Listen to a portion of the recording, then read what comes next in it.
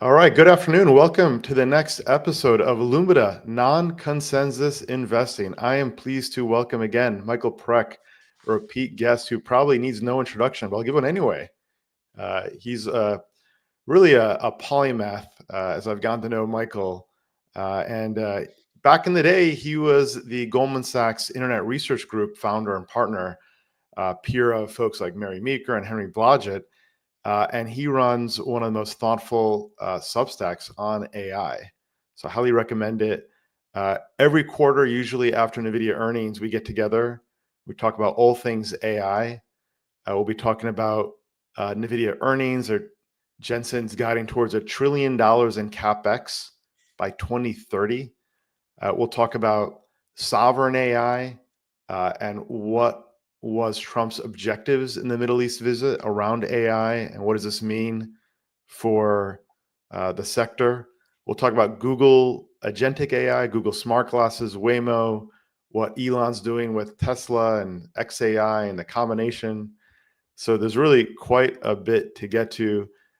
Keep questions coming as we discuss as well. We'll do our best to get through it. I do also want to take a philosophical detour towards the end. You know, Michael and I both have interest in these kind of topics and how different generations are using AI and Gen Z.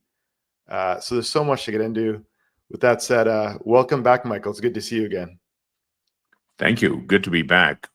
Hello, everybody. Well, let's start with Nvidia earnings. So Nvidia beat on earnings and revenue, despite the $4.5 billion write-off related to the export controls on China. As I mentioned, they're projecting $1 trillion in CapEx in 2030. Their data center revenue was $39 billion. That's 73% year-over-year growth. And the Blackwell GPU ramp is the fastest new product ramp in the company history. So Blackwell, of course, is their leading framework providing AI inference and training solutions. And yeah, China didn't really make a dent at all in Nvidia's earnings. So what are your thoughts and reactions, surprises? Well, it was fascinating to watch Jensen really execute yet again. We've been watching and discussing their quarters now for a few quarters now. And this one, you know, the general theme is that, look, there's an insatiable demand as far as the eye can see for the next few years for AI infrastructure. For the world is now convinced that this thing is real. We need huge amounts of AI data centers, AI factories, as Jensen calls them. And half his customers are the top 4 or 5 multi-trillion-dollar companies who are buying every AI GPU they can get their hands on. And now the rest of the world is also in on this buying spree. There's a whole trend now that Jensen dubbed appropriately the sovereign AI category, which is already in the tens of billions of dollars over the next few years. He just came back, after accompanying the president in the Middle East, along with Sam Altman from OpenAI and others, and came back with, over 1 million Blackwell GPUs sold at 30,000 plus a pop to Saudi Arabia. And 1 million Blackwell units sold. Correct. Those things, 1 million. Now, that is a remarkable number when you consider that 2 years ago, most AI data centers, and if you had 5,000, 10,000 chips, back then it was the Hopper chips, which was the previous generation. That was a big number. And these things, remember, 30,000, 40,000 a pop, just for the chips, not for all the other equipment that you need for that. The point I'm making here is that the Middle East was allotted under the Biden diffusion rules, maybe a few tens of thousands of chips. The president basically said, okay, for a whole number of reasons, we're going to up that, and it's 1 million chips. The reason this is important for Nvidia is to the quarter is that their quarter was spectacular on almost every dimension. It meet and beat people's expectations. Their margins were higher than people thought, in 72.5%. Their growth was great in all these categories that you mentioned, especially the data center category. NVLink, their communication components were doing great. But as you mentioned, China is the biggest headwind that they've got for all the geopolitical reasons that are going on, and in addition, all the tariff issues that they and the whole industry is going through. Apple, in particular, is on the other side of that trade, as you know, and it's like watching a Formula F1 race, and all the cars are lapping around, and Nvidia is up in the front. Literally, there's a huge pile-up explosion, everything. Nvidia the car goes through, and it really comes out almost unscathed on the other side. As you said, they took a $5.5 billion charge. It's going to cost about $8 billion.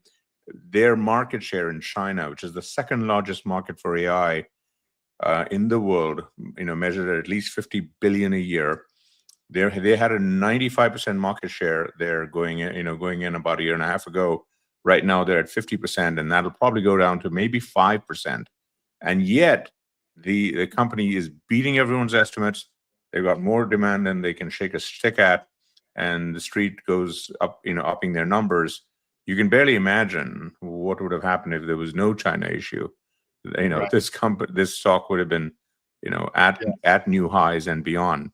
So great execution, not easy to do. He makes it look easy. It was a great quarter from all of those perspectives. Having said that, the issue, or the long-term issue over the next couple of years, Ram, is simply that, and we've been talking about it for a while, is that the current policies of the US against China in particular are basically closing them off, giving them no options, and essentially compelling them to come up with their own software and hardware architecture. Now, to compete with Nvidia and everybody else. They won't do it in a year or two, but they will do it in 5 to 10 years if we let them. And that is the biggest threat to Nvidia. If people have a chance, read Jensen's official comments after the earnings results in the transcript. He lays it out as clear as he can in a non-dramatic way. You should talk about that. We'll listen to his comments right here. I'll play a clip from Jensen yesterday after earnings. You can't underestimate the importance of the China market. This is the second largest AI market. This is the home of the world's largest population of AI researchers. And we want all of the world's AI researchers and all of the world's developers to be building on American stacks. And so irrespective of the near-term revenue success that we have, we can't ignore the fact that the Chinese market is very important. Yeah, no, I agree with that statement too. The United States has dependencies on China. One would think that we would want to cultivate a China dependency in the United States, especially if AI is that important.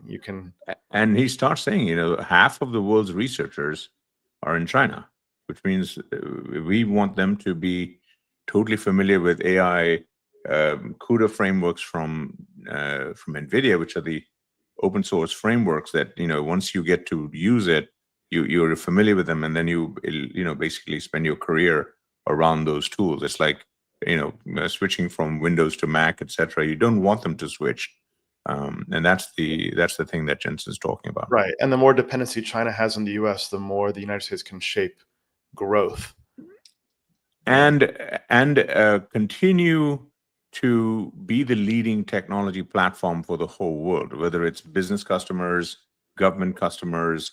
And then remember, these platforms are what, hundreds and then thousands and millions of applications and services are being built. Once you have that, that's the lock-in, and that lock-in can keep going for a very long time. And that's very important for an infrastructure provider. The last thing I'll just say is we've barely begun in terms of rolling out AI data centers in the world. Data centers in the industry has been around for 25 years. I took some of the first ones public at Goldman Sachs way back in the 90s, companies like Exodus, Equinix, which is still around, etc. Today's data centers are entirely different constructs. They consume 10, 15, 20 times the energy, 30 times the energy. They require billions in investments, not tens of millions of investments. Their data centers are in all but name.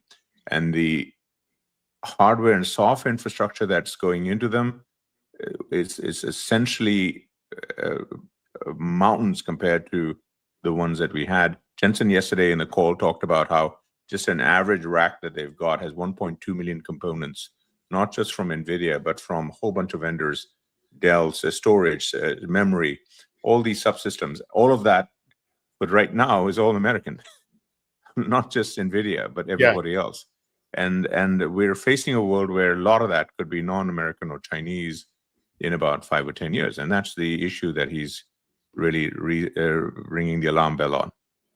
Yeah, no, I agree. I think future civilizations, if they discover an ancient lost Western civilization, they'll say, how did they build the pyramids and how did they build the Blackwell GPU in terms of the complexity of all the parts? Let's have a listen to this clip from Google CEO at the Google AI Product Day. Yeah, that was a great we are developer conference. Constrained this year in our cloud business, right? And when we are, all of us are simultaneously looking to scale up data centers, right? So we are running into real constraints. The way the constraints play out today is delays in projects because of permitting or not having access to electricians. All of that is realities all of us are dealing with, right? If this trend line continues, the pace at which we are all ramping up, and obviously for it to continue, we all have to generate the returns on it. And so it has to really impact the economy in a more substantive way. So they go hand in hand. If the trend continues, these constraints will be much more visible, I think. Today, we are all working through these constraints. So I think there are real constraints today, but I expect it to, for us to be competitive with China, et cetera, I think we have to solve these constraints in the near future. The big debate around NVIDIA's earnings has been, hey, look, we know 2025 will be good, but what will 2026 look like? And the evidence is consistent. Every quarter, the hyperscalers come out and say, we're constrained by GPUs, we're constrained by energy and permits to build data centers. Correct. And Google is actually one of the unusual companies relative to the others, because they're one of the few companies that have their own GPU infrastructure called TPUs, which they use mostly for the Google properties, serving over 2-3 billion Google users of all their apps. You know, they have at least half a dozen apps that have 1 billion users each. And those TPUs are a huge differentiator for Google, but they also use massive amounts of NVIDIA infrastructure for their customer-facing Google Cloud services. And Google Cloud is the number 3 of the top 4 cloud providers: Amazon AWS at the top, Microsoft Azure, Google, and then Oracle coming fourth. And then you've got neo clouds like CoreWeave, which had a very successful IPO a few weeks ago, and NVIDIA is an early investor in that. So yes, this is the race. And then the other piece of the race, as you know, he mentioned, Sundar mentioned electricians. Power is a big piece of this equation. You know, for every few $1 billion you need in the AI infrastructure, the GPUs, you need billions of dollars of power and cooling for these constructs. The Blackwell chips are only liquid cooled, which means you've got to be close to huge amounts of water cooling, etc. Again, the data centers have to be ripped up and redone all over to build the piping and all that. It's a fascinating kind of a exercise. And China here has an advantage on the power side. They're building over 20 to 30 nuclear plants just on the one part of the energy spectrum in the next 6-7 years. In the US, the Trump administration just eased some of the restrictions on the permitting side. We're lucky if we'll get 1 or 2 up in the next 5 to 10 years. And so, and the other thing about energy, which is very subtle, I just want to highlight, because a lot of people, comment to me and say, hey, look, China is 2 to 3 years behind us on AI chips, on their lithography equipment, etc. So we shouldn't worry. We're ahead of this race. And the problem with me for the race metaphor is it implies a finite race, from point A to point B, and X number of laps and it's done. This is not that kind of race. This is an infinite. This will go on for 20, 30 years. And China has the relative flexibility of having so much excess power than us. They can take chips that are multiple generations behind, lower lithography requirements, etc. The technology they have, put those together, they have their Nvidia is Huawei, and Huawei has Ascend chips and Cloud Matrix.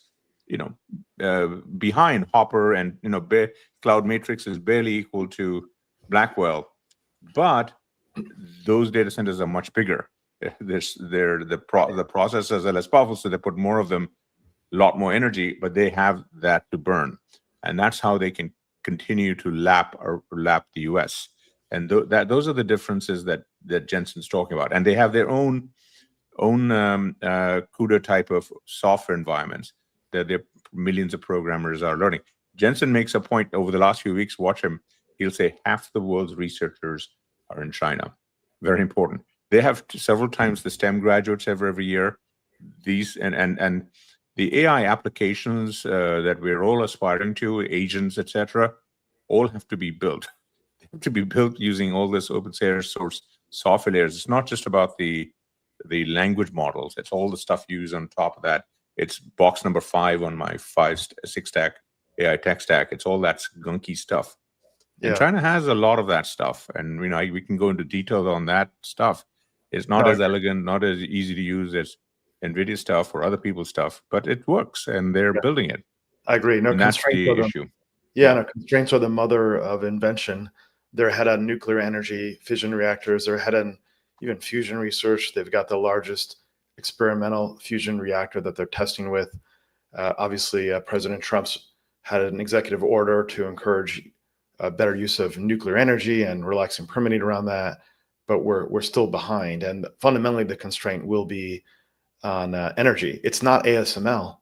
Even Taiwan Semiconductor saying we don't need the advanced EVU technology, which is a knock on ASML. So the world risks going from a winner take all scenario for Nvidia to a divided market where China has a competitive offering, which is, it's not in the interest, of the United States. And the other thing I'll just say is that their developers, the AI researchers that Jensen's talking about, those people are hungrier, they're entrepreneurial. If you look at the innovations just in the last year, some of the most amazing things like DeepSeek, Manus, etc., have come out of China. These engineers are working with far greater constraints. They're creating out-of-the-box solutions and creating lots of clever ways to build things that actually has benefited our companies. The open source DeepSeek stuff has been a huge boon for all of the US companies. And Jensen talks about this openly. I also want to stress this in the context of some of the other things that are going on in the US, which is things like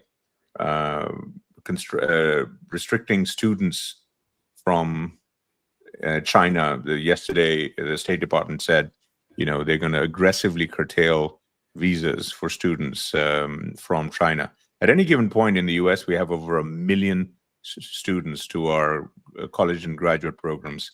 And about almost 300,000 of them are from China. And why is this important? If you think about it, and this is a bigger issue than the current war going on between the administration and Harvard, where 25% of the student body are foreign students, and the U.S. government is saying, hey, we're going to basically not allow them to stay. And these are just extraordinary times when you think about it, because those 300,000 Chinese are the best of the best of China's minds of the future. And we're telling them individually, you're not welcome here. Everything you've done for the last few years to come here as a foreign student, we're just going to kick you out. Guess what? For the rest of their lives, at least for the next 10 or 20 years, they're going to have a chip on their shoulder against the US. And they're going to go back and be hungrier. We are seeding more agitated competitors to our own opportunity around the world unnecessarily. When the flip of that is that we could encourage them to be here and build companies here. I mean, think about it. Jensen is Chinese American. The CEO of Broadcom, Chinese American. CEO of AMD, Chinese American. I mean, TSMC, which is the company that builds most of the chips and fabs in Taiwan. this, he was supposed to be the CEO of Texas Instruments. He was an American citizen. He was lured back because he lost the top job, and 20, 30 years ago, and the rest is history. America is uniquely extraordinary because we assimilate immigrants, we allow them to create amazing lives here. Something that almost no other major country at scale can do, especially China, and we're giving them that advantage as well. Well, that's an extraordinary advantage the United States has, is that no one wants to go to China's top universities. They want to go to the United States' top universities, and we get to cherry pick and poach and skim the cream off the top. And one of the more obvious ways to undercut China is visas for the best and brightest, while being thoughtful about national security concerns and espionage, which is a legitimate concern too. Okay, that's part of the process in extending a visa, by the way, right? That's exactly. one. But two is the entrepreneurs, right? The entrepreneurs have the know-how and the technology. We're not competing with China. We're competing with entrepreneurs in China, and the entrepreneurs in China would rather be here. Exactly. In a different world, the DeepSeek entrepreneurs would have been here. After DeepSeek became DeepSeek a few months ago, China went out of their way to curtail their rights to travel overseas because they were afraid that would happen. Instead of curbing access to the China markets and so on, the most amazing thing we could do is basically say, every one of the 300,000 Chinese students, if you guys want to stay, we'll give you a golden visa. Trump was selling golden visas for $5 million to the richest people in the world to come to the US. We should just give a golden visa to every Chinese student who comes here. They graduate, they have a golden visa. They can stay here, work here. That would create a much bigger dent in China's ability to compete on AI than anything else we could do. Yeah, it would be an extraordinary move. It would. Look, I support the idea of not allowing students that are disrupting education, not engaging in civil society type debate, which we need to get back to. But it's a no-brainer to get the very best talent from China and give them a visa. And India. India is the other half, by the way. And I've got friends in India who are telling me, should I send my kids over? I'm hearing their visa problems. And I'm like, wait a minute. I was born in India. I want you guys, I want people to create lives here because they can create amazing things if given the right opportunity. Yeah, no, it's compelling. I mean, we're looking at AI avatar technology, and the technology from Kling, for example, it rivals OpenAI, Sora. It's rivals Google Gemini, VEO3, and DeepSeek is itself open source. I mean, they're emulating these entrepreneurs, Western values, but now they're being clamped down by their authoritarian regime. That's our opportunity. So let's move on. I think there are other players. You had this car pileup metaphor, Nvidia kind of sailed through. I will challenge that in two regards briefly. One is Blackwell did have some shipping delays, and their accounts receivables built up quite a bit. So they were providing financing to their customers. In other words, they were shipping the Blackwell GPUs, recognizing revenue, but not bringing in cash flow. Mm-hmm. I want to take a look whether that accounts receivable accrual has come back in. But that was, I think, some execution mishap. I think had to relate to their coordination with TSMC, and they had to kind of refactor some of the hardware. But that's behind them now. It's behind them. And their next Blackwell GPU iteration it's building off the current tech stack, right? Blackwell was a big departure from Hopper. So the next leap is incremental. So they shouldn't have that issue going forward. Well, they have, Jensen's been very unusual relative to most of his peers in terms of the roadmap he's laid out.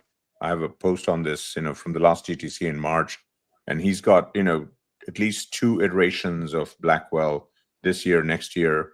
Then the next family is Rubin, which will also have its TikTok of 2 iterations, and then he's got Feynman, which is the version after that. So we've got at least 3 generations that we on the outside have visibility. And what you're describing is correct. That yes, whenever there's a transition, there are always going to be glitches and manufacturing issues. Blackwell had it set in in the fourth quarter last year. Right now, in the quarter it just reported, he said 70% of their outgoing stuff is Blackwell, so they're on a healthy clip. And yeah, as an investor, I'm glad you're watching the fine print of how the things are getting Right. booked and serviced, etc. Besides the thing that you mentioned, I would also be cognizant, obviously, of the scale at which so many of their customers are taking these chips and building these things. The financing structures for these data centers is at numbers that we've never seen before. To do one data center, it's no longer a few $100 million. It's fives and tens of billions of dollars. Well, million. That's why. Sorry. No, yeah, no, a million Blackwell units. That's $30 billion. At the very No, least. exactly. So the Obviously, data center financing, as well. Yeah. correct. So you got to get the Blackstones and the BlackRocks and everybody to create all these debt structures. You go. If you want to understand how that is put together, just go read the S1 for CoreWeave, the IPO registration. You'll see it's some of the most intricate financing structures I have seen in my 30+ year career, and all of that has built-in delays and gaps in terms of when cash comes in, cash goes out, etc. The biggest threats to Nvidia have been the threat of custom silicon, and the poster child of that is Broadcom, which is more expensive than Nvidia now. The other is other player that I think is doing extremely well is Taiwan Semiconductor's picks and shovels play.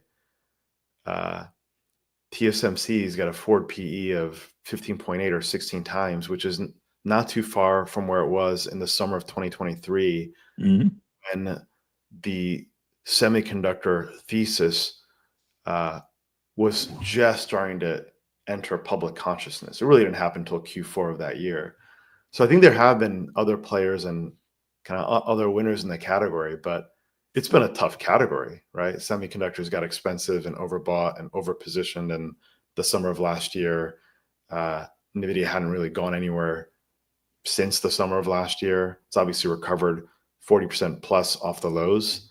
But I think there's some other winners out there too, like Taiwan Semiconductor. That seems like a no-brainer. Actually, it's one of our top 3 holdings actually in our portfolio at Lumida. Any thoughts on TSM? And no, TSM. Look, I on companies like TSM, and what I worry about is if we let these companies just execute to their core opportunity set, I'd be a happier investor than when there are all these top-down governmental elements that you need to do X amount over here and X, Y amount there. You got to build this thing in Arizona, etc. They'll do all of those things because they got a metaphorical gun to their head. And those projects take cycles and people and so on. And I think it slows down these companies, every one of them, from Apple on, etc. We need to let the free market do its thing. In terms of manufacture the stuff wherever you want, source it wherever you want, obviously be there, because we're the biggest military in the world to support the country. If ever there's a real chance of a hot war, which is it's a very small probability, because today's world is not a world of 100 years ago, where the only way to move forward is to take the other guy's land. The only time we've had that occasion happen in the last 20 years is obviously in Ukraine, where it's done for historical glory. We are way beyond that, because the world cannot work without interoperating this stuff. I'll challenge you on that. Look, I agree that value creation comes from knowledge, information, not land, but the politics is shifting, right? So we're talking about Ukraine, Taiwan, Greenland, control of Panama, Canada. So it is like this resurgence of great power politics. I think it's kind of a misplaced focus. It really should be around competitive advantage. But go ahead. I agree with the political imperatives. Greenland. I've been fascinated by Greenland for 25+ years. I've been studying it. Wow. Literally, we control more of Greenland than most people realize. It doesn't need this thing that's going on. We have more bases there. We've had surveillance things going back in the 40s and 50s. One of my favorite books when I was growing up was Ice Station Zebra. Go pick it up, Alistair MacLean. It was about a U.S. And Soviet Union hot war that had this satellite thing dropping etc. I've been fascinating this since I was a kid. Greenland, yeah, on a geopolitical basis, very important. Yes, as the global temperatures, climate change happens. Yeah, the northern route is going to be the biggest route over the next 50 years in terms of east to west trade. But why is that even important in a world where we cut off all trade with Asia, right? The only reason Greenland is important is because we can put ports all over there. We luckily have Alaska. I mean, I can talk to you for an hour about about just the geopolitical highlight. I hear the rare earth material story. I don't really buy it. Public markets don't value rare earth material companies. Turns out they're more ubiquitous. They're ubiquitous in Australia and Canada. The United States has permitting constraints. So I love the rare earth story. I know you've been a very diligent investor in things like uranium and things along those lines. Right. But look, mining things are very possible in a world without any hot wars, without any intrigue, etc. Yeah. Just go cut the geopolitical deals. We basically let Africa be traded away to China over the last 15 to 20 years across several administrations of either party. China came in, their state and private companies basically built mines and ports and things all over the dang place. And they got access to as many things there. We had every opportunity to do the same thing. And by the way, the rare earth minerals and stuff, yeah, the Greenland has stuff. Afghanistan has a bunch of them. Ukraine has a bunch of them. If we really are serious about that is the reason we're doing this, then we would be supporting on a trade, military position, close ties, hug these countries, and let our companies build, because it takes 5, 10, 15, 20 years to mine this stuff. It's not an overnight, you get in there and get the stuff and you're out. If we are really serious about that as the reason to do this geopolitical economic security thing, our policies would be very different than what we're doing right now. It's just an excuse. Greenland, so Greenland has the U.S. Space base. If there's melting of the Arctic shelf, okay, there's another transport route, but you have existing transport routes. I don't know. I don't see the strategic value there. How would you cast I'll give you another Greenland value that I've been fascinated with that is not in any of the modern papers. Okay, Greenland's real value as it melts down is, you ready for this? Is sand. They've got the world's best, purest sand on the planet. Just like, if I tell people, hey, the biggest thing in a planet that's 75% water is the shortage of water, clean drinking water. The biggest short things in supply is actually sand. Mm-hmm. And Greenland has ungodly amounts of it. This is beyond the rare earth minerals. But guess what? To develop that, to build that, is a 20, 30-year venture. These are types of arrangements that we, as the United States, did with the Kingdom of Saudi Arabia in 1940s because we saw there was oil there. And over the next 50 years, we had a close, friendly relationship with the House of Saud. And for 50 years, we benefited until the 1970s of a relationship of extracting oil and letting the Saudis. And we did the same thing with a little less success with Iran. What I'm saying is if the objective are minerals, ores, sand in this case, rare minerals, there are ways to do this from a geopolitical business point of view that does not include hot wars or taking over things in an unfriendly way, etc. We don't, in today's world, we don't need to own the countries, what I'm saying. We can do this through trade, globalization, and there are so many great ways to do this on a win-win-win basis. And this is not rocket science in that way. Yep. Let's shift gears now to the Middle East. So there was a delegation led by Trump and a number of American tech executives. Apple's Tim Cook was notably absent there. And then a week later, we saw, hey, Apple might have 25% tariffs there. Obviously, the relaxation of the export controls to Saudi Arabia opens up that market for data center investment. You and I talked about before, Saudi Arabia wants to build 60 data centers. They've got ample energy to power those data centers. Nvidia and semiconductors are natural beneficiary of all of that. What else was accomplished? Is there another angle to the story besides, hey, here's a new market, or no? It's for Nvidia. It's a great place to sell stuff. And I love that Jensen went there and got the multi-million GPU deal and so on. I love it. Yeah. But I know the Middle East very well. I grew up there. This is we're talking about barely 10, 15 million people as a whole. They're not going to be consuming huge amounts of AI. So the point is, once you build however ungodly number of data centers you build there, the biggest problem for any companies that are building this stuff is how do you get the transmission from those data centers to hundreds of million markets where hundreds of millions of people that can use the training and inference capacity of those data centers. For that, Ram, we need massive amounts of next generation cable connections, undersea and terrestrial. That doesn't exist, and no one's talking about that. So these are what I'm trying to just say is that the Middle East projects, they are showcase political projects. It makes the kingdoms feel good that they can show their people that they're basically controlling, that we're investing for the next generation. In reality, they're not. Most of the projects are going to have showcase, public-private, healthcare, that kind of use. They will be mostly underused. The smart companies, the Microsofts, OpenAIs are going to basically have very specific things. They will make sure that, and Meta and so on, they will make sure that they have the super multi-100 terabyte cable that connects to markets like India or any of the major places where there are hundreds of millions of users, which is where they're going to see actual use of this data center. Because what we need is massive amounts of inference use.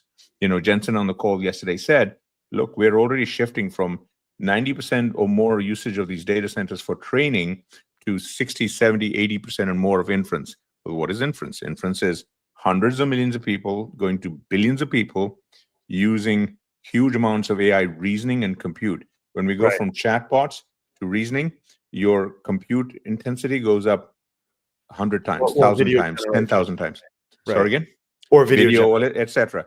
Yeah. But to do that, you need very low latency, which means from the data center to wherever your markets are, you need to have super low latency, fast speed connections. And that doesn't exist yet.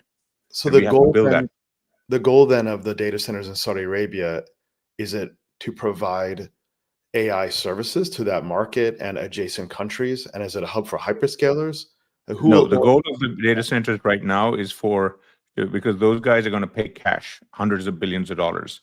So the goal right now is to sell the chips there. Then whether they get used is their problem because they own it. Okay, and if Microsoft is help running it, they will, it's like a management company of a hotel. You got to go get the customers. Right. For that, then the next stage is, okay, now let's go find the customers for the data center capacity. The hyperscalers need energy, and Middle East has energy. So, on paper, yes, but the energy is only useful if you use this stuff, right? If once I've built it and there's, if it's got let's say 100 units of capacity, only 2% is getting used. I don't need the energy to burn that. Energy only comes in, and when I've got 100, billions of people using the data centers from a chip point of view, and my energy need goes up, yes, and then I can use the energy. You're totally right. The Middle East has right now, they have the money and they have the energy to theoretically supply huge amounts of utility. Where I am a little skeptical of the Middle East data centers is access to end customers at a price point that is manageable with the low latency communication. Because the Middle East, where I love the fact that they got the contracts. I love the fact that the data centers are going to get built. I love the fact that our technology is going to be safe. In other words, it's not going to go to China from there, right? Because they're safe there, and we've got 3 carrier groups protecting them. But the utility of them to actually be used is going to be underused until they can figure out the connectivity and the customer access to big markets. And the big markets from where the Middle East is, it's a few hundred miles to India, where, by the way, and they're 5 to 10 years behind on using AI. You might have read just 2 weeks ago, India created a couple of models that went on Hugging Face that were in multiple Indian languages and the open source models. and the anticipation was that millions of people would download them and use it. They had less than 334 downloads. Indian market for AI is years behind.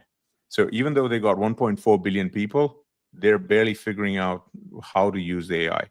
So that, lots of people there, theoretical demand, but not a lot of application demand yet. Got it.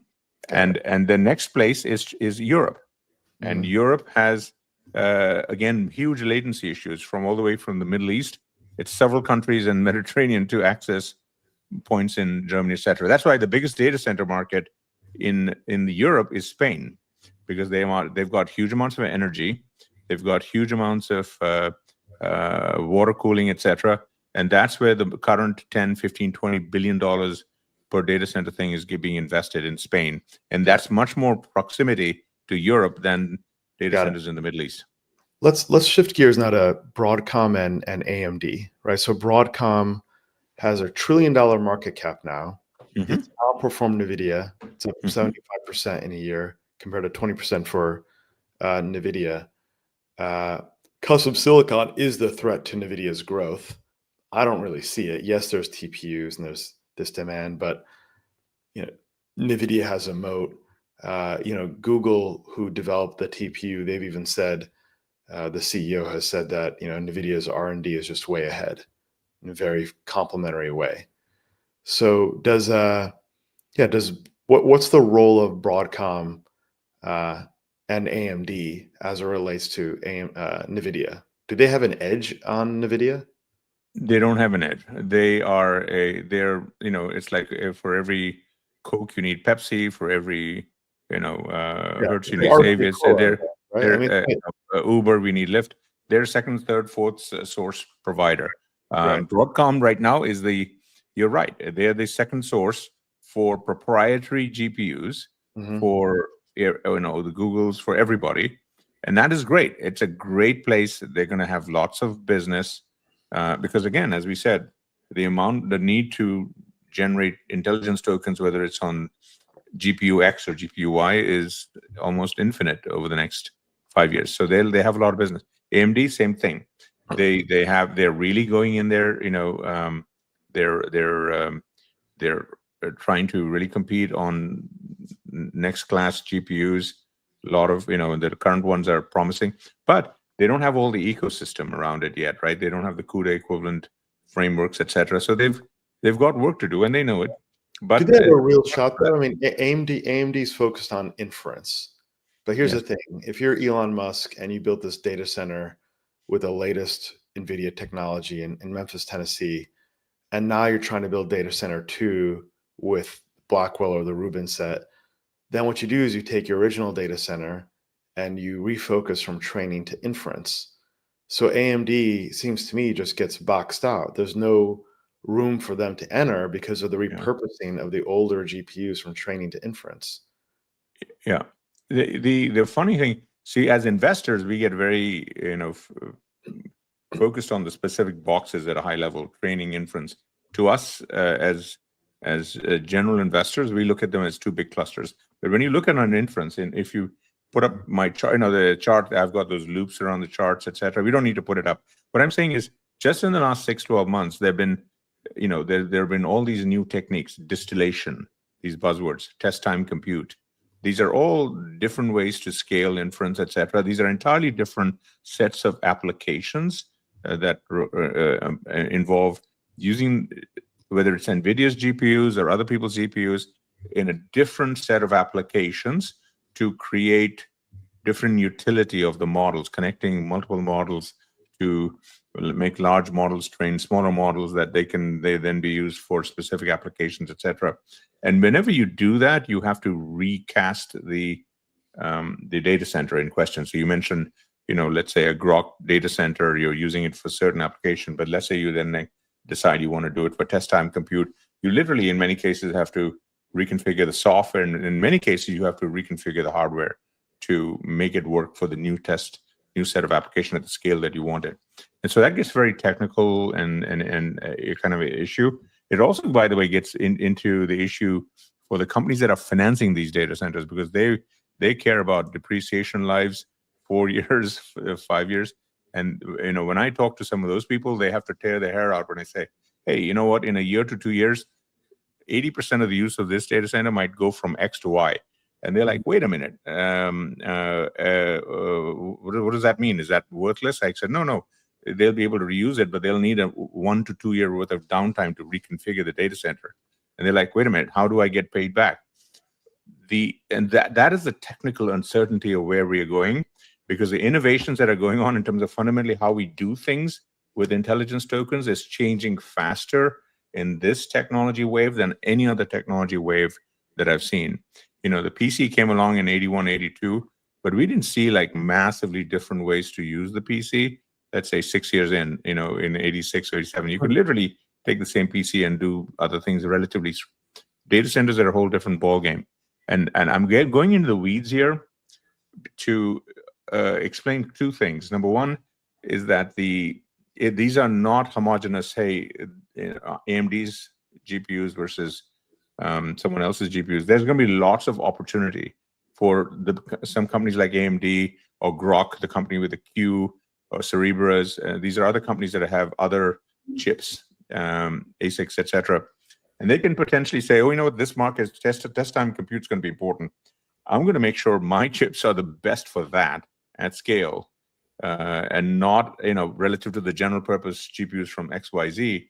And I'm going to make sure go after that market, and that could be a gazillion-dollar market, and reward that company. And those are the opportunities that we as investors really need to be focused on. Yeah, I hear you. I'm in the AMD skeptic camp. Have been for a while consistently. They're down 32% in the last year. There's a lot of excitement around them on Twitter. I don't know. I'm in the stick to the leaders, stick to the winners camp that have a ability to execute dominant advantage. And for me, that's Nvidia. Yeah. Since we've been talking about AMD, I'll just say the other market that we don't lose sight of is actually, and we've talked about it in previous shows, because everything we've talked about is basically AI in the data centers. The other market, remember, you've heard my thesis of we're building mainframe AI and then also local AI, right? AI to be run on Edge smartphones, AI, on local devices, etc. Right. And AMD is actually a big player on the local, just like Nvidia is the big. So is Qualcomm too. So is Correct. TSMC. Correct. It's still a slugfest. You're still, Apple. Everything is a slugfest Apple, for the infrastructure. Apple contracts with TSMC. OpenAI is now reaching out to TSMC with having pulled Jony Ive from Apple. So they have shots on goal, but it doesn't seem like they're even if they win the score, that the juice isn't worth the squeeze. They don't have the margin. They don't have the pricing power.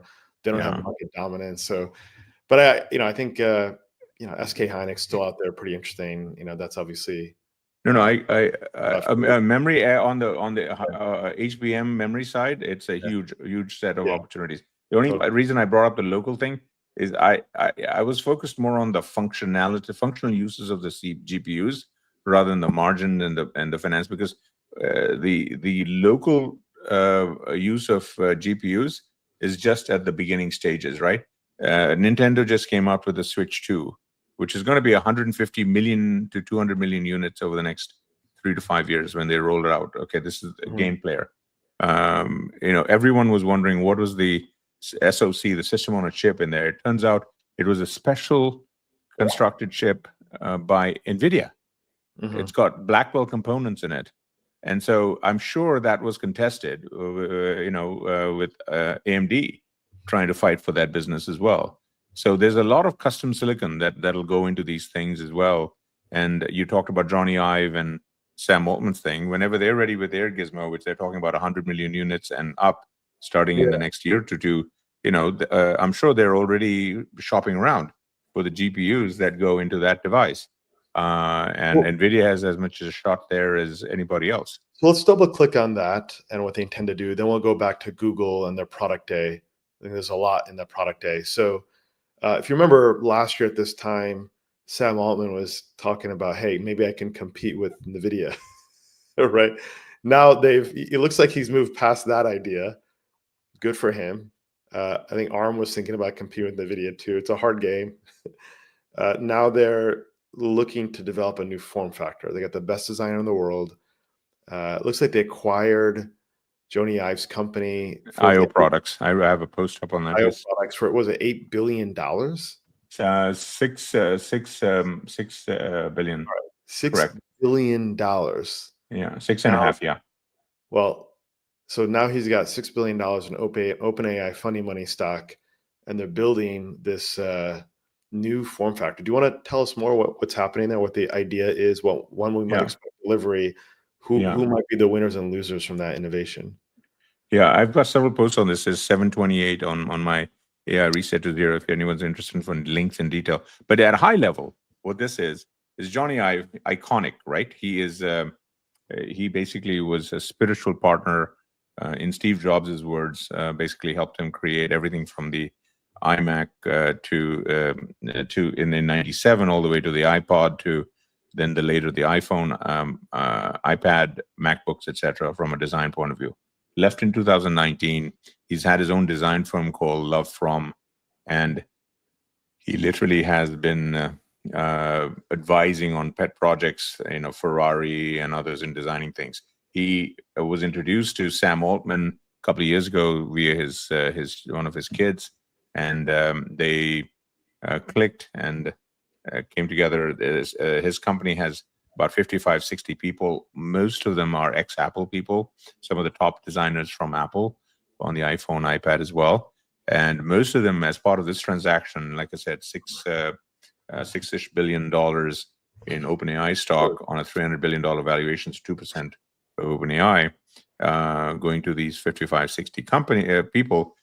They'll all be employees of OpenAI, with the exception, and Jony Ive will be the head of design across OpenAI, but not an OpenAI employee. There's a little technicality there. And the idea is that Jony, I think, is also going to continue to service his existing clients from his other design firm, but he's really available to OpenAI for everything. So it's now, it's a duo. He keeps the legacy business. So it's barely a business, is my sense. Yeah, he's not going to report to Sam Altman. They have 50 to 60 people.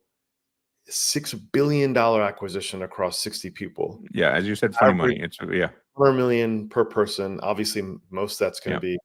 It's an acqui-hire. Acqui-hire. That might be the biggest acqui-hire in history. Do we know? Until this one, Google bought back Noam Shazir, who was Google, the senior author of the 8-member team that created the Attention Is All You Need Transformer paper in 2017. Went off to build his own company called Character.ai. Google bought it last year for about $2.5 billion. And again, bought off most of the employees, and they came back into Google. And that was at least a $2 billion to Noam acqui-hire. And this now is around, it's those kinds of numbers, $3-4 billion for Jony in OpenAI stock. But those numbers are less important because they're important. They're headline catching. But the interesting thing here is that there is no question that there's, to the way, and they have a 9-minute video, which I would encourage everyone to watch, the two of them talking about the broad opportunity. They don't give you a lot of detail. They basically say there'll be a family of products. They've prototyped one product. Jony says it's the best thing he's ever done, which is a very, phenomenal statement. Sam apparently got access to the prototype. He used it. He said he loved it. It's an amazing technology product. We don't know what it is. Lots of 20 questions games going on. I have links in my post to some of the best guesses. It's, something that's smaller than a bread box. You can put it in your pocket, put it on your desk, and theoretically you'll be able to talk to it. Jony is very focused on the next transition of the user interface on computing devices, having gone from text prompts on the first original terminal-based computers to Windows graphical user interfaces, to the touch interface on iPhones and iPads, and now presumably it's voice plus some sort of a GUI type of interface. And so we don't know anything more about the product. They at an internal presentation to OpenAI employees, they said, we expect to release the product sometime late next year. We're thinking it'll be at least 100 million units targeting. So that will be, going into 27, 100 million units. Again, sounds like a lot. It's a lot. And by the way, so go ahead. Well, that's That's an incredible penetration rate. That would be Yeah. most adults in the United States. Correct. It's an ambitious number. Babe Ruth. This is where I'm going to hit the shot kind of number. And recognize, as I mentioned just now, with Nintendo Switch 2, with the Switch 1 took 6, 7, 8 years to get to 100, 150 million units globally. So this is not easy to do, and that's a gaming device, a handheld game device, not an AI thingy. Well, and this is from your newsletter. You had this excerpt from their press release. They say Altman and I have offered a few hints at the secret project they've been working on. The product will be capable of being fully aware of a user's surroundings and life, will be unobtrusive, able to rest in one's pocket or on one's desk, and will be a third core device a person would put on a desk after a MacBook Pro and an iPhone. So it's portable. It's not quite a wearable. There's only a finite amount of space the human body has. We have room for the phone. We have room for the wallet. We have room for the glasses. It's got to displace one of those, right? You got or the watch, right? You've got to occupy one of those slots. The AirPods, that's the other one. I got my Meta glasses. I got to make more use of this. But there you go. So, yep. And now you've got competition from Google Glass coming online. So they resuscitated that project. It doesn't have product market fit yet. We'll see what they can. And then Elon, with Neuralink, he wants embedded chips into your body and brain to do things as well. So a lot of competition for the form factor. That's still up for grabs. Correct. So we'll see what they do. Let's shift over to. The only thing I would just want to add there is that we tend to look at these announcements and say, okay, I speculated at the end of the post is that look, Apple lost Steve Jobs. He went on to build Next, and in my Goldman years, I was involved in taking Next public in the 96, 97 timeframe, and then Apple decided to buy back Next, and Apple and Steve Jobs came back, a few $100 million purchase. And then the company's never been the same since. Obviously, Steve Jobs came back, hired Jony Ive, hired Tim Cook, and the rest is history. And that is not an unreasonable history rhyming type of scenario here. That in theory, Apple could, at some point, it's a speculation on my part, could end up buying OpenAI. Well, that's fascinating. And essentially, it would be Jony Ive and Sam Altman, a team, essentially with Altman rising to the Steve Jobs role, and essentially being a senior executive at Apple, or essentially a successor to Tim Cook. These are crazy speculations since we're talking about what could be. But these are all, because look, the OpenAI's issue from a strategic point of view is that they are competing against Apple over here, $3 trillion. That is the leading device company on the planet for multiple form factors for everything. And then Google over there with Google Glasses and everything at Android over here. And they've got to cut through. Right now, they have deal with Apple to distribute ChatGPT, but ultimately, everyone knows they need to have access to the product stack that is used day in and day out by people. And that is the challenge. It's not 100 million devices, that can be theoretically done. It's billions of devices at scale with all kinds of hardware and software ecosystem and platforms and stores and things. Briefly on Apple, then we'll get to Google. So Apple has the dominant form factor today in the Apple iPhone, which with the most penetration in the affluent audience, which would be the early adopters, potentially early adopters. South Korea is pretty good at early adoption with Android and all the rest, and they're ahead on different features.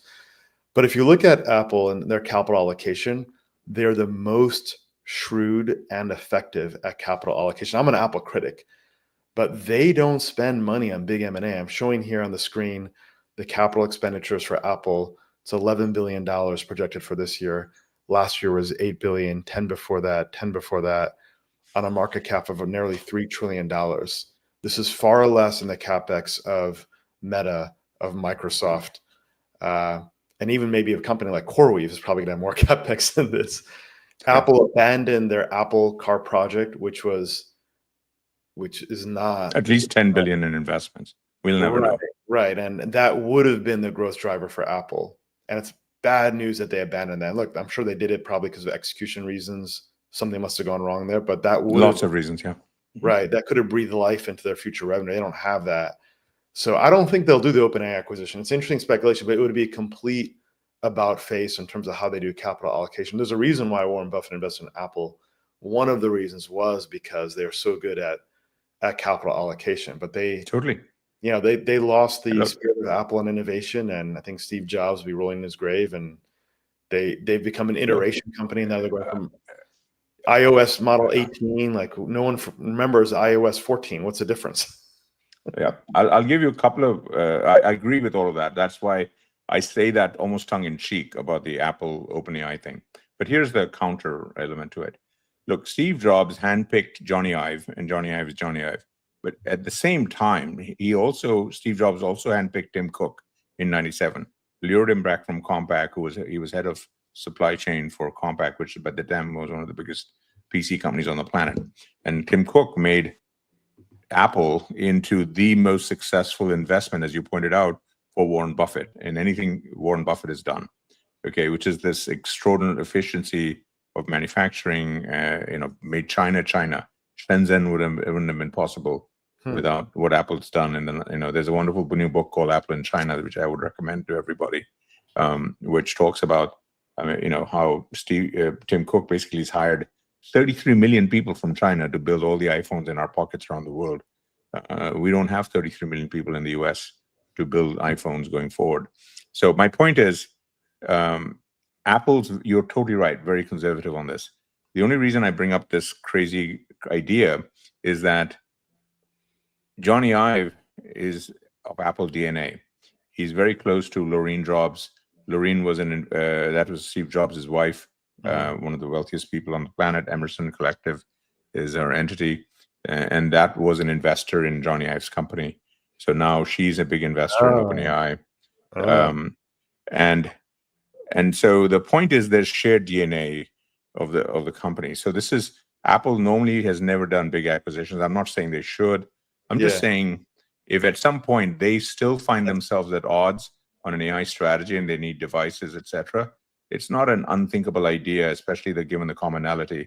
And the only time Apple has done an acquisition from the outside and given that outsider total access to their core systems is literally with Steve Jobs, because Next became the underpinning of the software that still runs in today's Macs.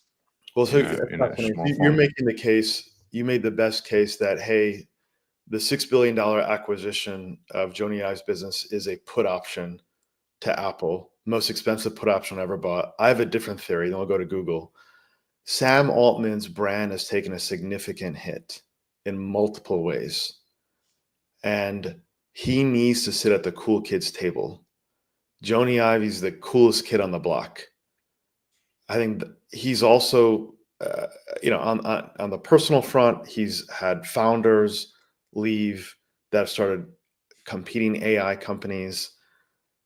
So I think this is a way to kind of reset the veneer around OpenAI and deliver a win for investors, because it is a hype private company stock. They've got delivery and they got results, but it's not worth that in my mind, the valuation, given what they've accomplished in a world of increasing competition. I use Grok now. I substantially use Grok. I rarely use ChatGPT now. After that came out, the switching cost was de minimis. My team, we're focused on Google's Agentic AI, which we'll get into now, but I mean, extraordinarily capable. So anyway, there you have it. Two sides in the OpenAI story: put option or the cool kids table. There you go. Correct. No, you got it. Let's talk about Google's product day. It was awesome. I had another. Yeah, I thought Google. This was after 3 years of everyone like, oh my God, what is Google going to do with AI and so on? They had their moment, and I had a post up there, number 727, which just says, at Google I/O, and really it was, OpenAI literally did, Google had Google I/O, and the next day, Apple had. OpenAI had their I/O acquisition, even the same name. But yeah, Google just hit it out of the park on so many fronts. Gemini 2.5, amazing ubiquity. They made AI mode essentially available to everyone in the United States. So, I'm glad you're using Grok. I use Perplexity as an AI search option. A lot of people use ChatGPT, etc. But the reality is, we're the early adopters. We really don't count. What counts is, my mother-in-law, regular people who are using the stuff in the billions, and for them, Google is the internet. And Yeah. there's a reason Google, has been paying Apple $20 billion a year to be the default search on Safari and all the devices, is because that's where the people are. And when AI really gets used, it's going to get used there. And making AI mode available as part of Google, as now they call it Gemini, at some point it'll just go back to being called Google. That is the real opportunity. And Sundar is executing on all of the fronts pretty well. The TPU architecture, they've got the vertical stack to build, to serve up the inference queries and so on. Sam tells you, when he had a big hit with the text to image product. Remember a few weeks ago, the whole world was doing these Ghibli images. Remember? Yeah. And he put out a tweet that OpenAI servers were melting. They had 1 million subscribers per hour signing up, and they had to basically take compute power that they were getting from Microsoft, from people who are training the next version of the OpenAI models to serve the image conversion.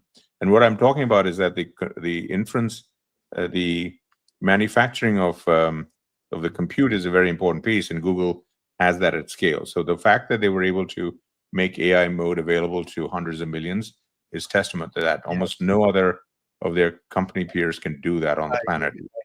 Well said. I think with Google's new release, you're starting to see all the advantages of Google come together, including the YouTube offering, which their competitors are training on, so that the AI can learn physics.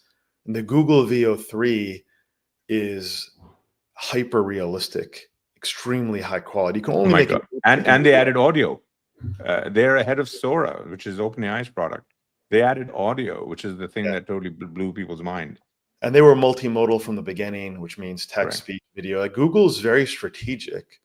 The aircraft carrier doesn't turn around the water as fast as a patrol boat, but when they turn and they line up against their objectives, you want to get out of the way. But I thought it was very impressive.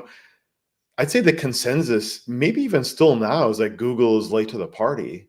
Totally. Certainly before this product release. I mean, it was kind of dismissed in Silicon Valley, if you listen to all the Silicon Valley podcasts. But and they were slow off the ramp. They birthed the Transformer white paper, which kicked off the entire AI evolution. And acquired the guy who came up with it. Noam is now back at Google. Right. But they've closed the gap, and Sergey Brin is one of the founders, and he's there. He's leading a team there in the trenches. So yeah, they're focused. Now they're bringing back Google Glass. I think Google should have brought in Jony Ive. They would never pay that much money for him, but I don't know. Google just can't figure out how to design a great product. If you look at the Google Glass, it's an eyesore. Meta and Ray-Ban just has a lot more tastefulness. So yeah, but recognize that with the models that they showed, it's my post from yesterday, 7:34. A model that this one that you're looking at, it has a little screen in it, and they signed a $75 million deal with Warby Parker and General Monster to be the designers of the glasses. What the Meta experiment showed is that people are very conscious of what they put on their face. So you need so the Meta partnered with Ray-Bans and so on, and Google did take a page from that. So when this thing is actually available for you and I to buy, we'll have lots of colors, fashion, styles, etc. So this is an eyesore because this is just a production test version of the product. You're totally right. The core issue here is that all of these things are transition products, because what we're waiting is for the chips and so on to get efficient, come down the power curve, so that they can do massive amounts of compute on your head without burning your head. Display technology is good enough so that it doesn't muck up your eyes. Meta showed versions of these kinds of glasses, and the reviewers went out of their minds because the lenses were so amazing. But the lenses were literally made of diamonds. Each one of those units was over $10,000 to $20,000. Wow. Yeah, because I went down in the weeds of that. They had amazing lenses that were totally see-through and displays and so And on. they had the heads-up display and the augmented reality. Everything. It's everything you would want from Star Trek on your glasses. Oh, wow. Meta has it today. Well, They showed it off to hundreds of people. It's just that the Yeah. devices would cost about what you would buy a car for, a That's what low-end you're car getting. for. You're getting that from the Oculus acquisition, and you're also getting that from the Reality Labs investment. So Correct. they're getting. And you're getting that from $20 to $30 billion of capex that they've invested. Massive capex. Massive. Yeah. CapEx. So Oculus was a I'm not a big fan of that, compared. to be honest, but yeah. No, I understand, but I'm just saying. And even today, you have your Meta Ray-Bans. I worry every time I have this on my head when I take a picture. Oh my God, did I just post to Facebook? Because that's my concern. I don't trust it. My concern is my kids flush it down the toilet, which will happen inevitably. It's only a matter of time. I've lost every single wearable device I've had. It's a cost of doing business. So I mean, the common thing on brunches Sundays, you always have a friend that said, "Oh, I just bought $300, $400 pair of sunglasses and I lost them." Imagine if you had $20,000, $30,000 pair of smart glasses and you lost them. Yeah, I mean, we're not there yet. That's why we can't have nice things. Let's go to Google Agentic AI. Yes. I think this is not getting enough attention. This is extraordinarily powerful. Do you want to kind of introduce the topic and why this is a big deal? Well, look, agents, everyone is chasing the agentic AI piece of the equation, right? And Google has an amazing opportunity with agents because they control a big amount of the properties that people live their lives in that are all online products. So Gmail, Google Docs, Google Drive, all of these things. The agents are very, very exciting. What are agents? They're things that do things on your behalf, and they go out and book airlines and book this and book that and do this and buy this. But you need to be able to trust them. I have a separate post which I can point to later on in the show notes. The problem with agents for the web at large today is that most of the web that we all use and love for the last 25 years is designed for humans. What does that mean? How many times have you tried to go on a website and they, when you're ready to actually buy things or book things, it'll throw up a CAPTCHA and say, "Are you a human? Are you a robot?" Agents have the problem because today's infrastructure doesn't allow agents to go in and just do things and scrape things and buy things and look things and so on. It has to be all reconstructed. So if you want to book a restaurant through an agent, most restaurant websites are built, 20, 30 years ago. They won't allow the agent to actually do anything. So Google is basically they created a standard called NXWeb that basically is an open source version of a protocol that hopefully websites will integrate into the stuff so that their agents will be able to talk through. So what I'm getting at is agents, the way you and I, mainstream newspapers talk about agents is, oh, these things will do things for you. The real work that needs to be done is behind the scenes. Standards, protocols that allow these agents to go in the back end of these websites and do things for you, to be able to actually do things for you. Yeah. So these protocols, which are very gunky and geeky, are the things that Google is at the cutting edge. Another one is Anthropic, as an example. They have this thing called MCP protocol, a model context protocol, which Google at I/O said they're going to support natively in all their Google property. And this stuff is actually as exciting to nerds like me, because that means that their systems are going to be more able to do more interesting early things with agents than everybody else at scale. All of this is underhyped. Microsoft has an agentic AI offering. Our engineering team looked at it, and it was not as impressive as Google. Yeah. Here's kind of my telling of it. I look at agentic AI as reimagining how you think about software development. Instead of APIs, you have agents. Those agents can interact with one another. So you introduce composability, modularity, interoperability. You introduce intelligence at the functional level. You're building software out of these Lego blocks of agentic AI. So I think a lot of the profit pools that these SaaS companies have could be at risk. Now, the SaaS companies still have a lock on the customer. If you're a Salesforce or Palantir, and if you see how the role's unfolding, you have insight into how to create value for your customer, you'll do fine. But a lot of SaaS software, I think, can face a lot of risk from the emergence of agentic AI. And so Google's ahead because they have the SDK for agentic AI, and it seems to me that it's ahead of everyone else. They're also building on top of it for their own infrastructure. Meta's not trying to go after that, of course. They shouldn't. It's not their focus. Their focus isn't enterprise software development. No.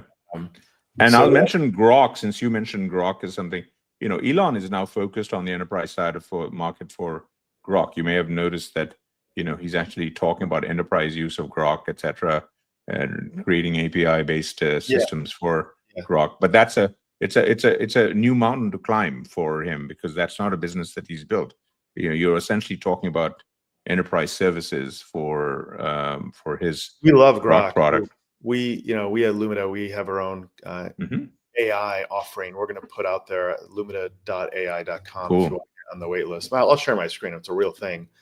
But for example, here I just asked the software to look at all pharmaceutical stocks, and it went through all the securities, their transcripts, the research, gave me the high level takeaway, their factors I can sort by, gave me a quick green, yellow, red, and I can drill down into a stock level and get a perspective. And so this is all powered by agents.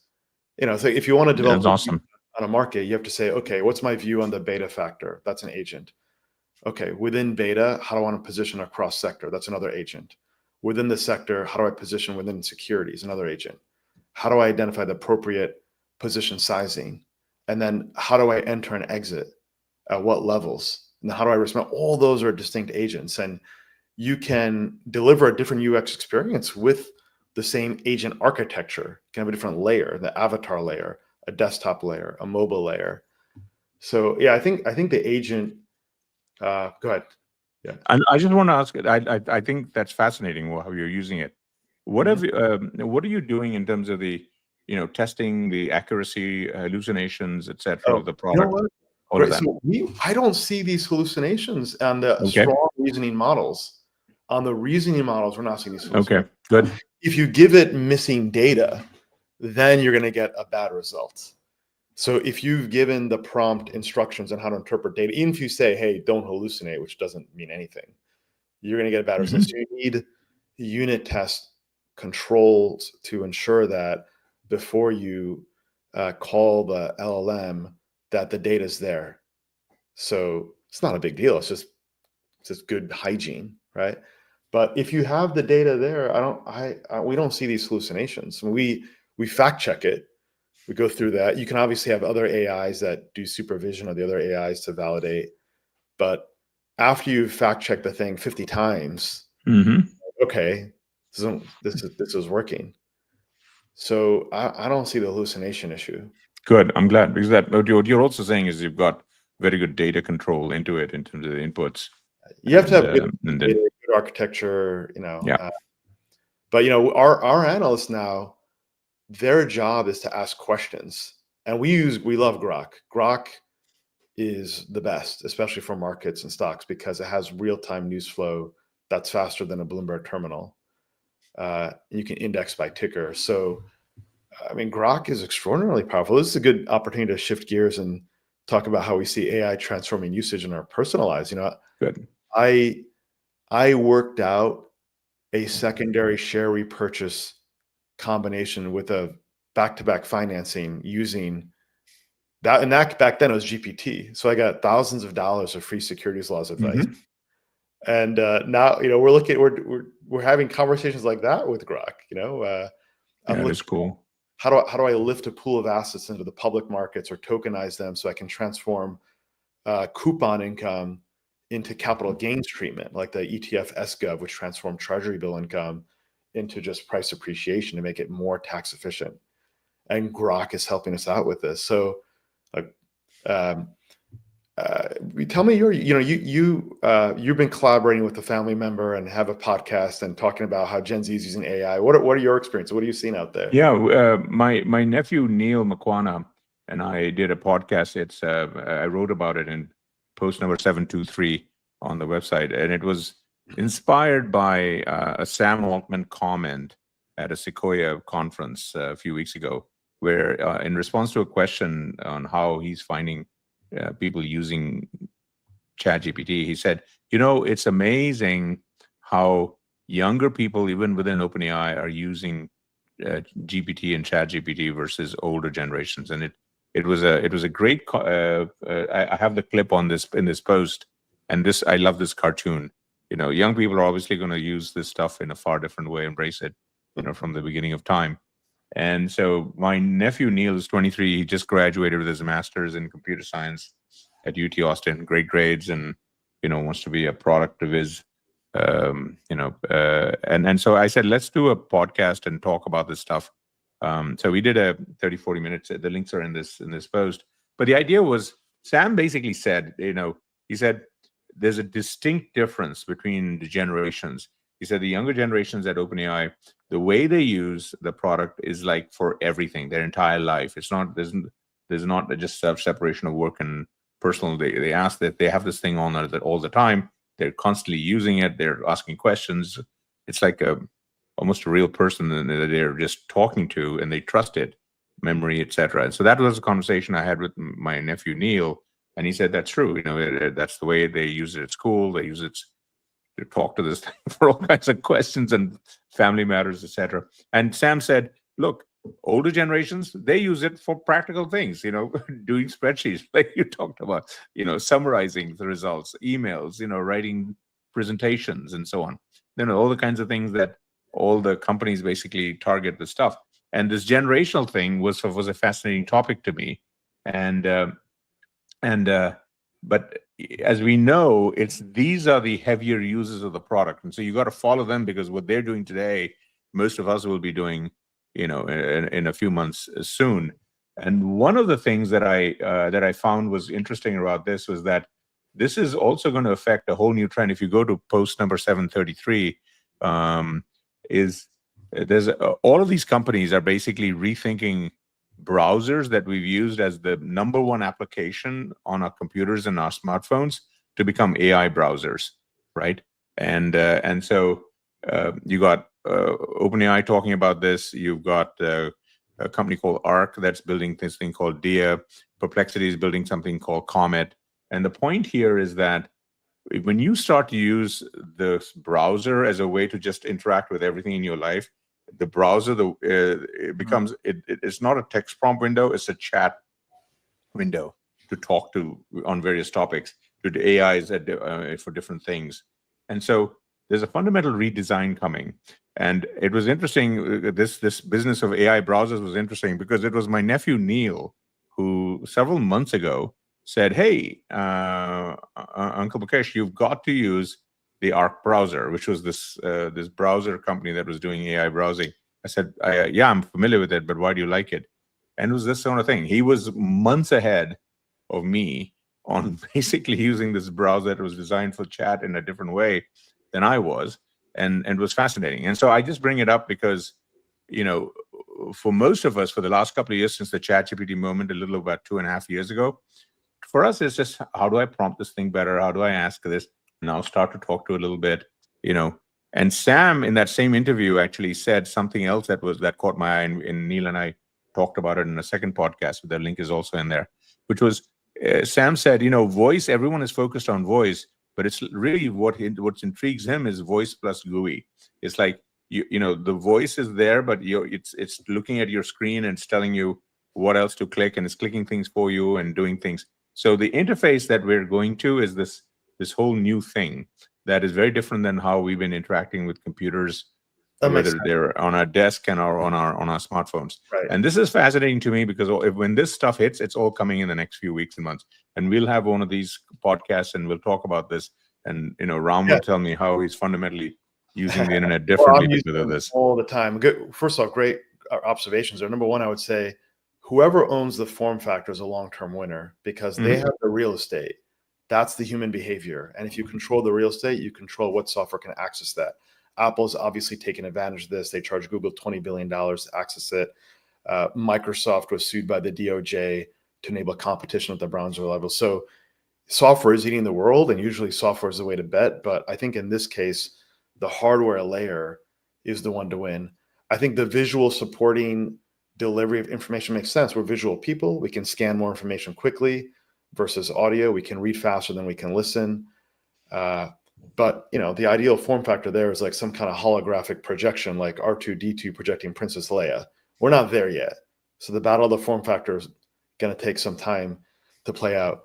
I had this chat with a friend of mine yesterday. She and her husband are 20 years kind of older, and they have a 16-year-old daughter and 2 boys. And we're talking about AI and raising kids.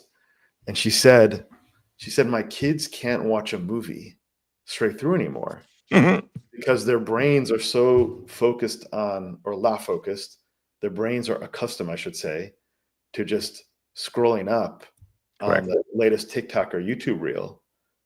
And what I'm trying to focus on, I have 3 small kids, is 3 things. One is teach them critical thinking, because in the age of AI, you don't have to think anymore. I'm thinking less, or analyzing. It's not what we want to think. It's just I can ask more questions and get to a result faster, focus on synthesis. So delegate research and thinking, right? So when Google stock price dropped 10% 3 weeks ago due to Apple potentially entertaining other bids, what's the reduction in the marginal revenue growth from not having additional eyeballs? That's an analytical question. You can ask AI quick and get a view in 2 minutes instead of having an analyst build a model for 3 days that's debated. That's an example of less critical thinking getting done.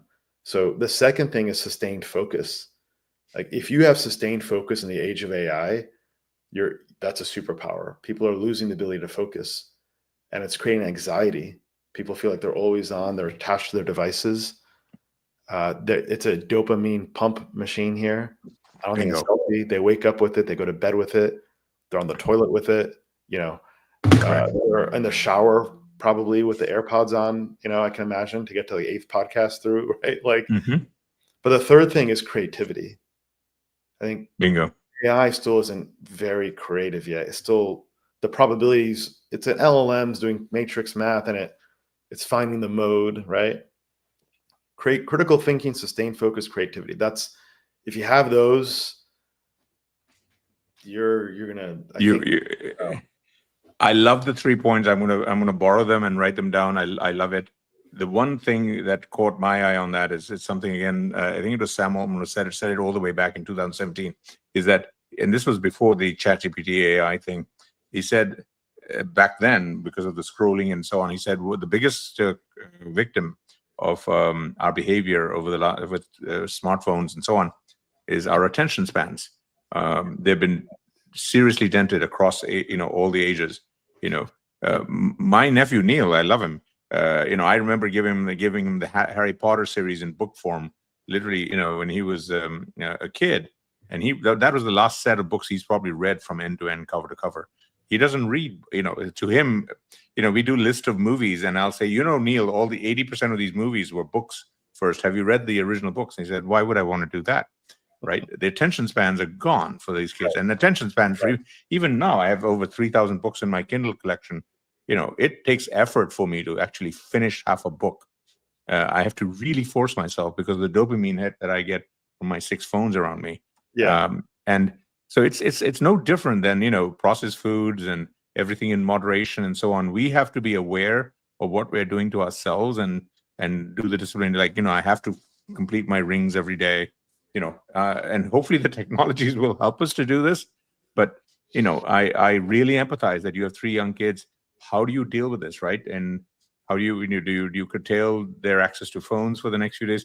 I mean, I remember when the iPad came out, I had, the big meme back then was, a 4-year-old looking at a magazine, and she's trying to, look at the colorful picture on the magazine and doing one of these pinch and zooms because she's trying to, expand the picture. The kids, this is what they're used to. They don't know a world where, reading 3 chapters in a book is a good thing.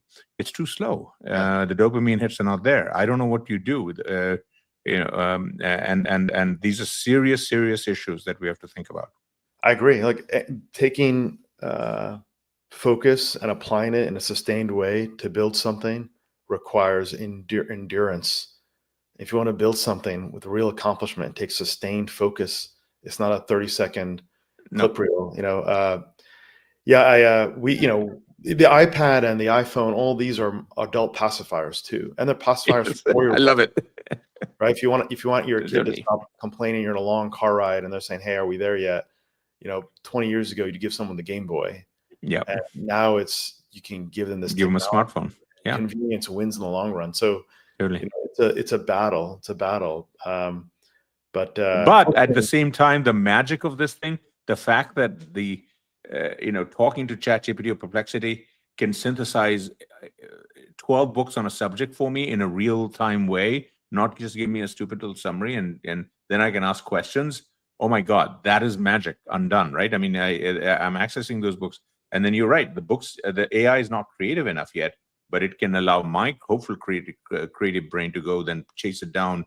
Give me the page number, give me the paragraph, then go chase down the sources and become more knowledgeable. For recall and synthesis, I think AI has value, Mm-hmm. but I think the value you can get out of it is related to how much time you've already put in and understood the material. Like if you're showing up to the material cold and you write an essay for school to just pass the grade without actually having done the work versus someone that's actually engaged in the subject matter, you get a very different experience.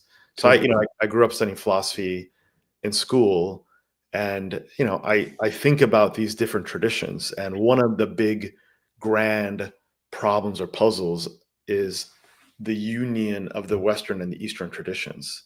It's a really phenomenally interesting problem, a chat you and I can have at another time, perhaps. Yes. Right? Like the Kantian, Descartes, Aristotelian, the Plato tradition versus the various Eastern traditions. And I actually think that there's a lot of similarities, different kind of vocabulary. But if you can't ask AI to solve that question for you, it will not really do a good job of that. But if you can reference like, oh, there's the Mahayana school of this and that, and pull it out and show it to you. Right. It's amazing. You can get more value from that. Another question for you is this: like there's a loneliness epidemic. Suicide rates are increasing, especially for young men. Dating apps have destroyed or really hurt relationships. Women want the top 5% of men on the dating apps. So every other guy is like frustrated, and the top 5% of men aren't treating the women the right way also. So women get frustrated. People are seeking out AI experiences. There's replica. People are confiding AI, like therapists. And you got humanoid robots coming. Yes, and they got humanoid wink. robots coming. And the humanoid robots, they tell the perfect joke at the right time. They cook the best steak in the world. They know how to give a back rub. They always listen to what you have to say. The AIs always validate your experience, which is probably not good. Actually, it's really not good that they do that. Bad. It's all bad. It's all bad. Right. There's no real accountability. So, what happens, and does it happen when humans start to value their AI or humanoid experiences more than their human interactions? Over 30 years of dealing with technology waves, there's the first stage of that technology wave is always the use of that technology for something along these, what I'll call the intimacy needs of human beings, right? Videotapes, video cassette, the explosion in video cassette players was basically because people wanted to watch movies they couldn't access anywhere else. I remember when I started covering internet in 93, 94 at Goldman, one of the first people in my office was a woman who will remain nameless. She controlled one of the top 1-900 business companies in America. I don't know if you remember the 1-900 business. These were special phone numbers you got, and it was basically intimacy phone calls for 5-10 minutes. Right. It was actually, at the time, it was over 10% of AT&T's revenue. They didn't want to talk about on their call. 10% of AT&T's revenue is 1-900? No, 1-900 at that time. Wow. This is before the internet. because this was the way you accessed intimacy services Right. for X dollars a minute. Yeah.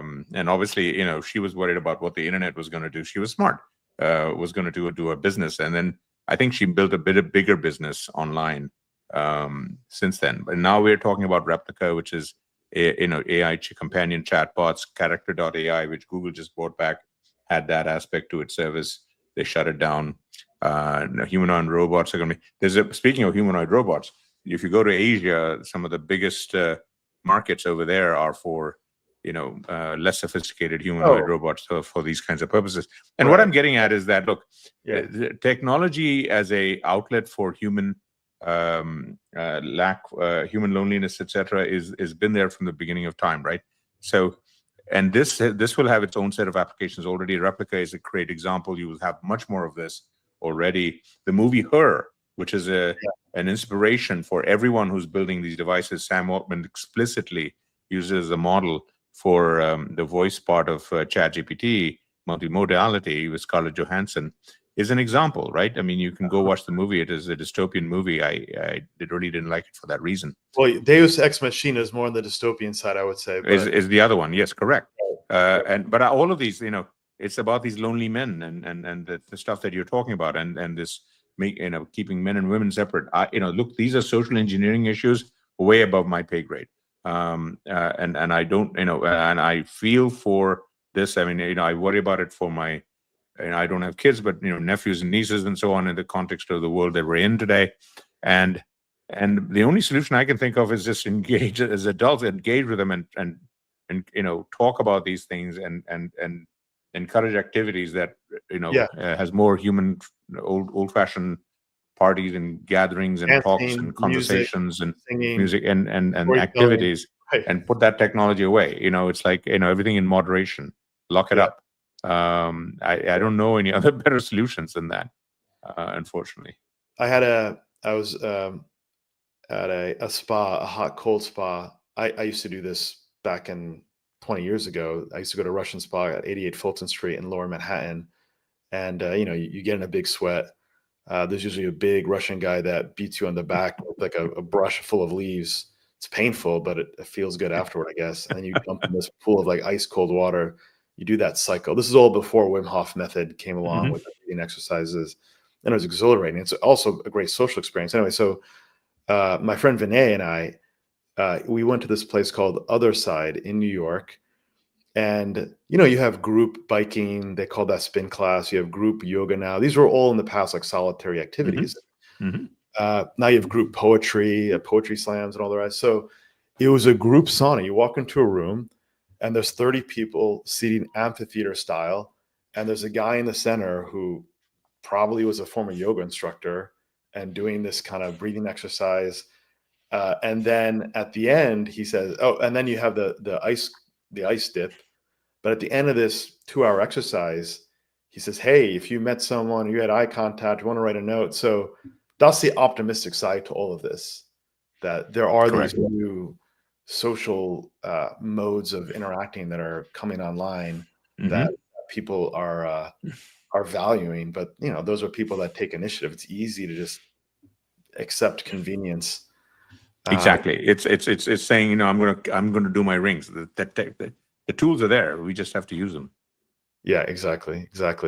Well, any concluding thoughts? We covered a lot of ground. We covered Nvidia, Google, Broadcom, sovereign AI, demand for energy, human interaction.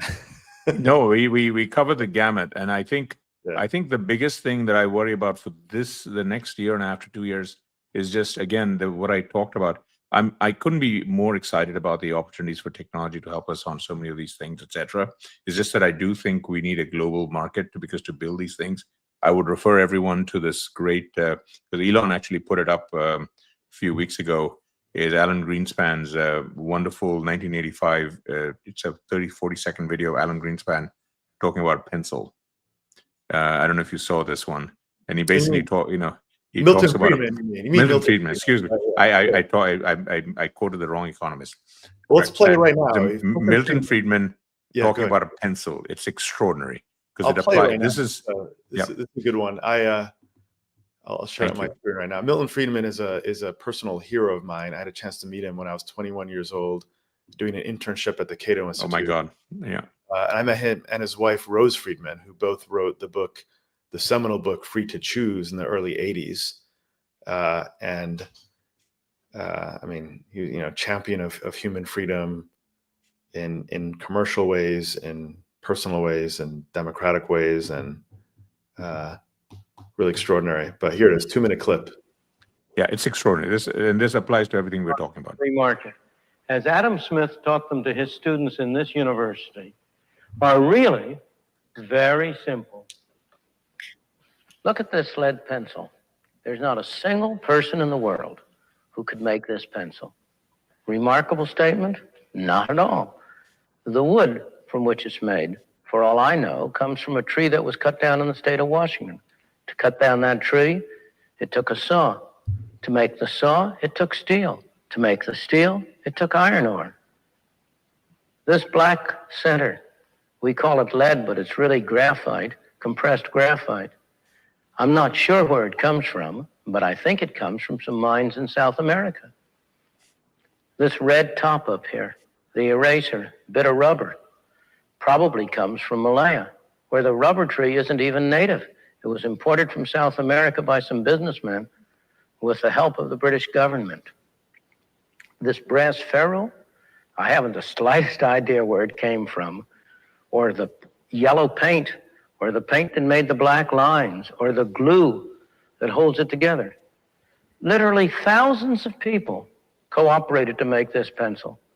People who don't speak the same language, who practice different religions, who might hate one another if they ever met. When you go down to the store and buy this pencil, you are in effect trading a few minutes of your time for a few seconds of the time of all those thousands of people. What brought them together and induced them to cooperate to make this pencil? There was no commissar sending out orders from some central office. It was a magic of the price system, the impersonal operation of prices that brought them together and got them to cooperate to make this pencil so that you could have it for a trifling sum. That is why the operation of the free market is so essential, not only to promote productive efficiency, but even more to foster harmony and peace among the peoples of the world. That's the line that always gets to me, is to promote the harmony and amongst the peoples of the world. And, I like to basically do the same thing with this iPhone. You see this iPhone? I don't know where the metal that goes into this iPhone comes from. And my point is to ending our conversation, everything we've talked about AI, Ram, I mean, we talked about Greenland, all of this, has been coming together in the 21st century by the system that we had, that Tim Cook was able to create a company called Apple that became the most successful investment for Warren Buffett, because he was able to take this idea of an iPhone by Steve Jobs in 2007 and make it available to billions of people at a lowest possible price through supply chains all over the place. And the software that came through everywhere, and the new software that we're talking about that's coming in from all these other places, and to make it available at the best price, it calls for harmony amongst the people in the world. And so that's where I'd like to end this, is because that's what we need more of going forward in this very complicated world of ours today. It's a great message. We'll leave it there. Thank you again, Michael. We'll do it again soon. Be well. And let me know when you're in New York. If you're in New York, we'll have a Lumida. I look forward to it. Look forward to do it. And again, thank you for the opportunity to have a wonderful chat. It's always great to chat with you. Always fun. Likewise, Michael. Thank you. Thank you.